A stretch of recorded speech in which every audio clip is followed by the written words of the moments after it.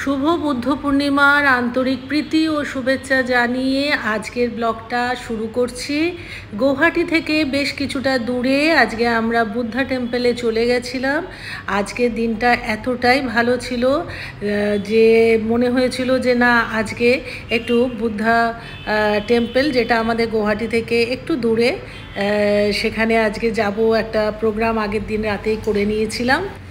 অবশ্যই কোনোভাবেই কিন্তু আজকের ব্লগটা তোমরা মিস করো না, পুরো ভিডিওটা শেষ অবধি কিন্তু তোমরা আমার সাথে থেকো।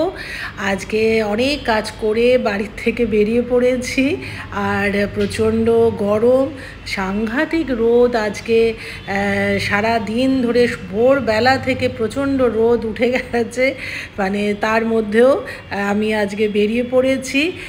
অনেক কিছু থাকছে কিন্তু আজকের ব্লগটাতে, প্লিজ তোমরা সাথে থাকো। সকাল সকাল চান টান করে নিয়ে আজকে ঘরের পুজোটা তাড়াতাড়ি করে করব, কেননা ঘরের পুজোটা করে নিয়ে তারপর একটু বেলার দিক করে বেরোবো।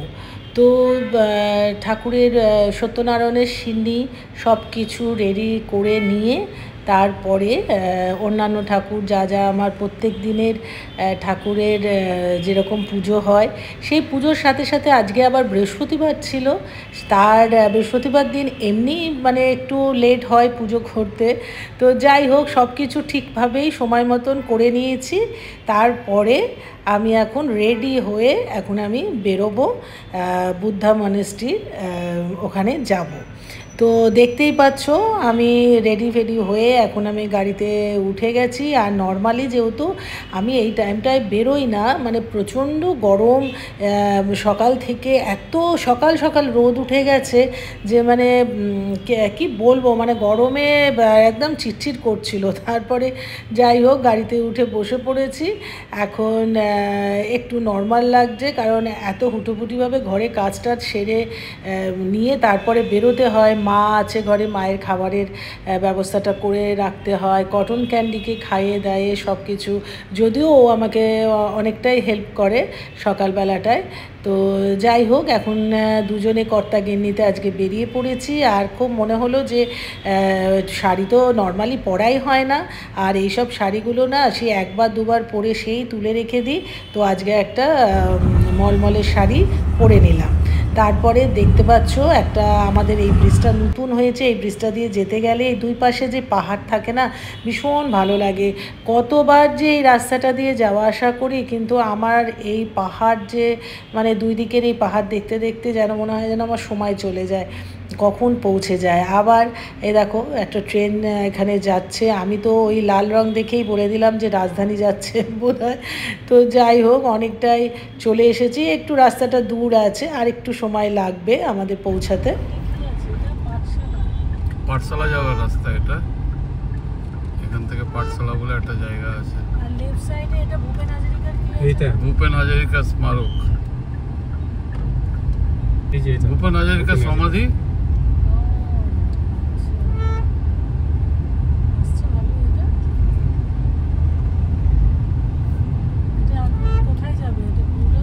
এটা জালুকবাড়ি, আমরা ব্রহ্মপুত্র ক্রস করব।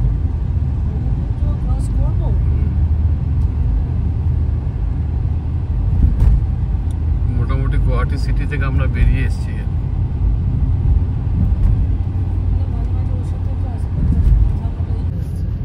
ওইদিকে গাড়িটা স্টেশন না, ওই পাশটা। কোন পাশটা? এই যে স্টেশন গাড়ি গেল যে। না না, এখানে ওটা রেল লাইন, ওটা স্টেশন না। এটা কি আছে গুয়াহাটি সিটি, আর এটা কি শিলিগুড়ি সুয়ালকুচি শিলিগুড়ি। শিলিগুড়ি এখানে কোথায়? এখান থেকে শিলিগুড়ি রাস্তা স্ট্রেট তো। না না, সেটা তো অনেক দূরে। হ্যাঁ দূরে, দূর আছে। এই ডান দিকে না, ওই দেখো জায়গাটা রাইট সাইড, এবং ব্রহ্মপুত্র পার হবে। ব্রহ্মপুত্র দিকে একটু স্লো করে করে ওটা একটু আমরা এখন ব্রহ্মপুত্র, এই তো চলেই এলাম, ব্রহ্মপুত্র ক্রস করব। বাবা ব্রহ্মপুত্র ক্রস করে অলপ কি কয় একটু ধাবা বলে অলপ রকিব।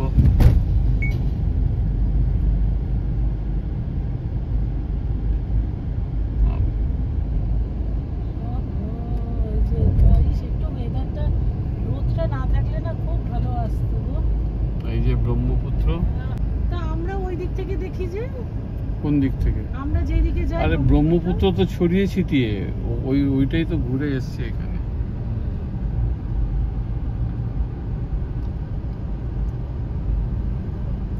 ওইটার একটা রাস্তা এখানে গুয়াহাটি। নাহলে নেমে চলে আসবে না, এই যে এখান থেকে গ্লাসটা নেমে তোলো।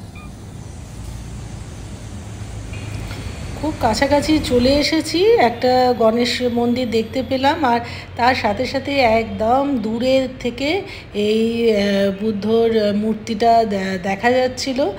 আর মানে অনেকটা দূরে ওইখানে কিন্তু আমরা যাব, ওই পাহাড়ের অতটা ওপরেই কিন্তু আমরা যাব। তো এইদিকে গণেশ ঠাকুরেরও মন্দির ছিল, যদিও আমি আর তখন আর ঢুকিনি।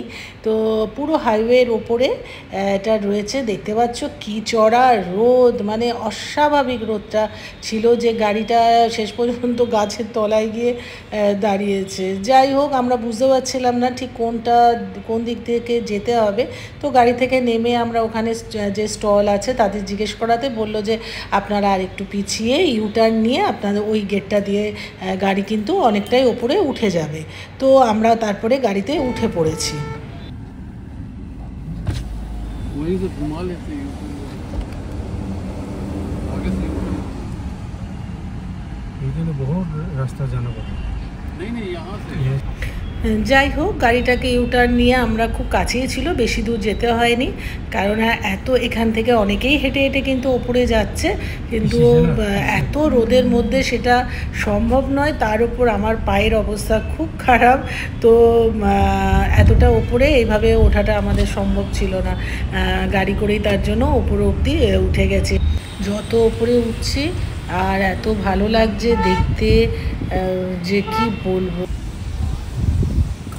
এখান থেকে তো কি সুন্দর দেখা এ বাবা, এই যে পাথর দিয়ে রেখেছে।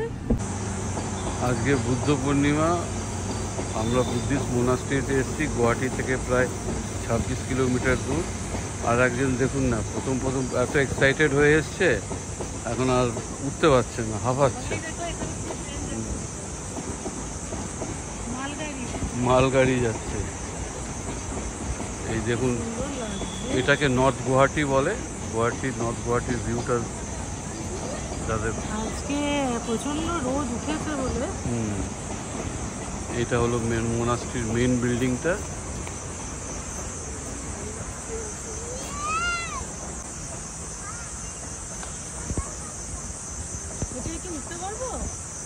ওঠো, উঠতে চাইলে। তুমি কি উঠতে পারবে আগে সেটা তুমি দেখো। তুমি যদি উঠতে পারো তাহলে ওঠো, তারপরে কিন্তু একবারও বলবে না যে পায়ে ব্যথা আছে। আগে একটু চা ফা খাই, আসো। এটা খাওয়া দাওয়ার এখানে কিছু হচ্ছে। তো আগে ওপর থেকে ঘুরে আসি, উপর চা পাবে না তুমি এখানে এখন। উপরে শুধু ওইগুলোই দেখতে পাবে। তাহলে যাই, এসছি যখন উঠি, কষ্ট তো হবে।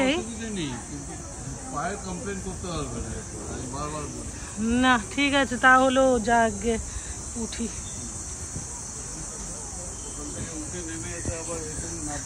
ওরে বাবা, কোথায় নামতে হবে? ও ওইটা তো একটুখানি গাড়ি আছে সামনে রয়েছে। চলো উঠি এখন।